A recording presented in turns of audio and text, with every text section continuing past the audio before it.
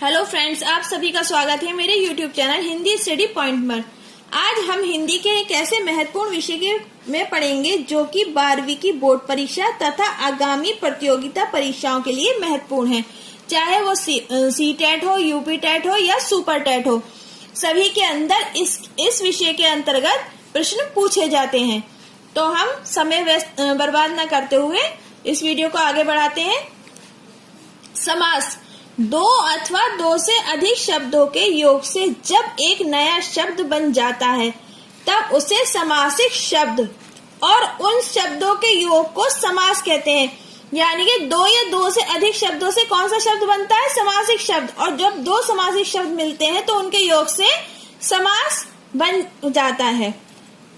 जैसे कार्यकुशल, शब्द कार्य और कुशल दो शब्दों के योग से बना है। इसका अर्थ है कार्य में कुशल। इन दोनों शब्दों को जोड़ने वाला में शब्द है। समास होने पर इसका लोप हो गया है। यानी कि कार्य और कुशल दो शब्द थे, लेकिन इन दोनों को जोड़कर समास बनाया गया और जब समास बन गया तो ये में शब्द लोप हो गया। समास की विशेषताएं। समास में कम से कम दो शब्दों या पदों का योग होता है। जब तक दो शब्द या दो पद नहीं होंगे तो तीसरा शब्द कैसे बनेगा? मिलने वाले पदों की विभक्ति प्रत्यय का लोप हो जाता है।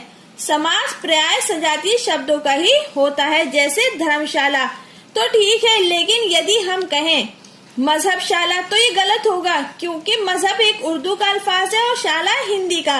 तो ये सजातीय यानी कि अपनी ही जाति के शब्दों से मिलकर बनता है। संधि और समास में अंतर। संधि भी जोड़ने का कार्य करती है और क्या है, समास भी जोड़ने का कार्य करता है, परंतु दोनों में अंतर पाया जाता है। कैसे? संधि में दो वर्णों का योग होता है, किंतु समास में दो पदों का योग होता है। समझ में आया आपको? संधि में दो वर्णों का योग होता है और समास में दो पदों का योग होता है।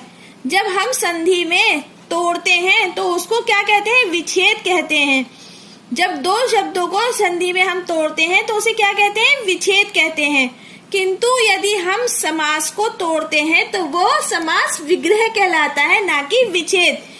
तो ये भी एक महत्वपूर्ण अंतर है। ये सब आपको याद करने वाले पॉइंट है। अगर आपको ये समझ में आया तो फौरन लाइक करिए।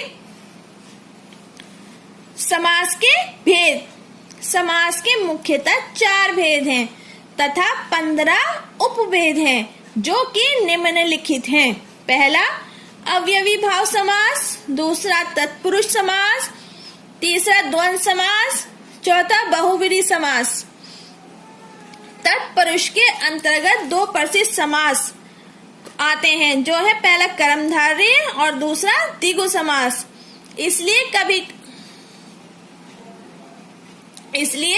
कभी कभी समास के 6 भेद पाए जाते हैं। समास के भेदों को हम विस्तार पूर्वक आगे की वीडियो में पढ़ेंगे, परंतु यदि आपको संधि और समास में अंतर या समास के परिभाषा या समास की विशेषताएं समझ में न आई हो या कोई आपको कंफ्यूजन हो तो आप मुझसे कमेंट बॉक्स में प्रश्न पूछ सकते हैं और अपने कंफ्यूजन को दूर करके अपनी आगामी परीक्षा के लिए तैयारी कर सकते हैं। आप हमारे चैनल को प्रोत्साहित कीजिए, लाइक करिए, शेयर करिए, कमेंट्स करिए और हमारे चैनल को आगे बढ़ाइए। आपको इसी तरह से हिंदी की कठिन भाषा को आसान भाषा में वीडियो के द्वारा समझाया जाएगा। अगर आपको ये वीडियो पसंद आई हो तो हमारे चैनल को सब्सक्राइब करे बिना और लाइक करे बिना मत जाइएगा। धन्यवाद।